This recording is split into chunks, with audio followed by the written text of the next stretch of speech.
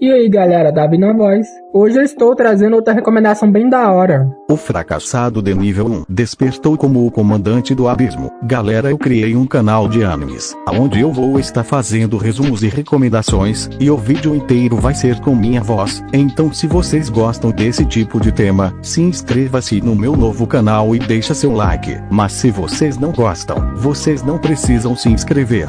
Eu vou continuar recomendando mangás nesse canal, mas se vocês quiserem me ajudar, compartilhem o meu canal de anime para seus amigos que gostam desse tipo de tema. Eu postei um novo vídeo bem educativo nessa sexta-feira passada, para ajudar vocês nessa longa batalha de setembro. Lembrando, se vocês gostarem do vídeo, deixa o like e inscreva-se no canal. E se esse vídeo bater 2.000 likes, eu faço uma parte 2 dessa obra.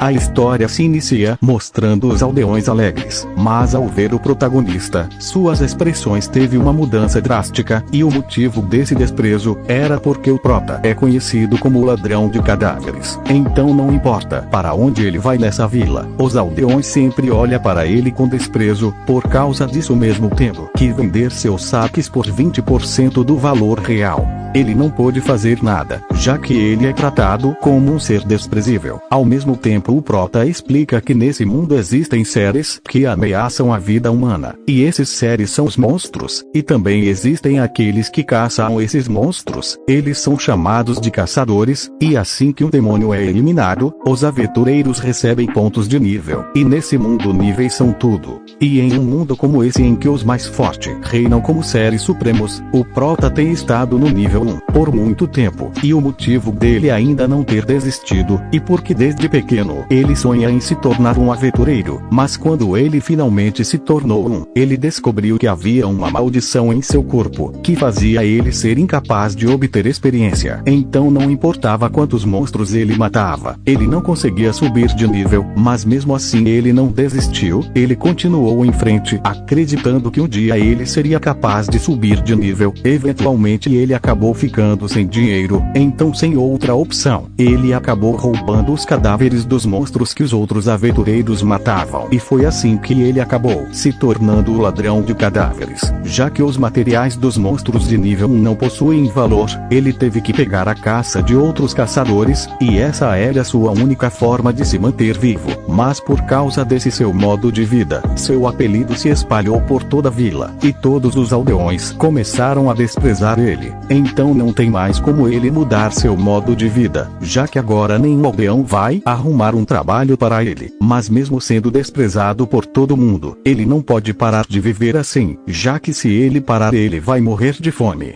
Depois, enquanto o prota estava no covil dos goblins de baixo nível, procurando partes do corpo das bestas para vender, ele sentiu um cheiro de algo completamente fedorento, e seguindo esse cheiro, ele encontrou o corpo de um dragão da escuridão, que estava no nível 200, então fazendo jus ao seu apelido, o prota não perdeu tempo, e começou a procurar os melhores materiais nesse cadáver, já que matérias de dragão deve ser dezenas de vezes mais caro do que qualquer coisa que ele já tenha vendido. Mas depois de procurar um tempo, ele percebeu que algum outro caçador já tinha pegado as partes mais valiosas desse cadáver, e a única coisa boa restando era o saco de fedor, e essa coisa fede tanto que ninguém se atreve a abrir.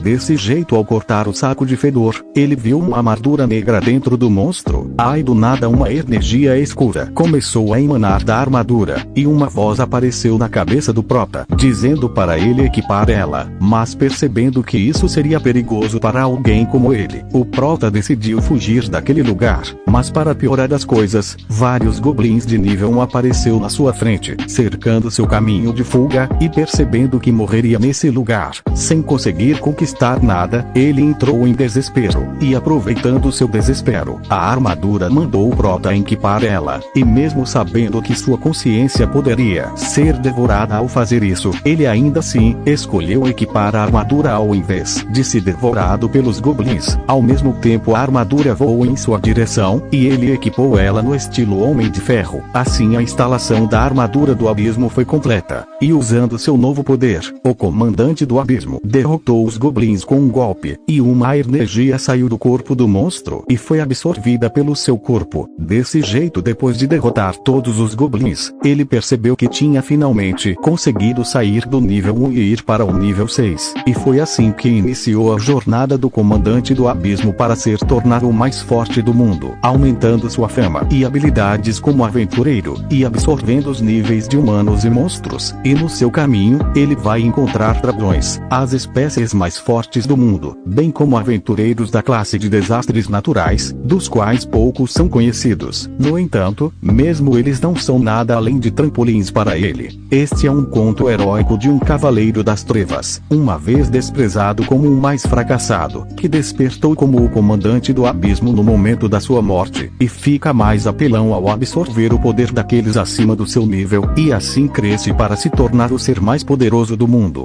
Manos e manas, obrigado por ver o vídeo até o final.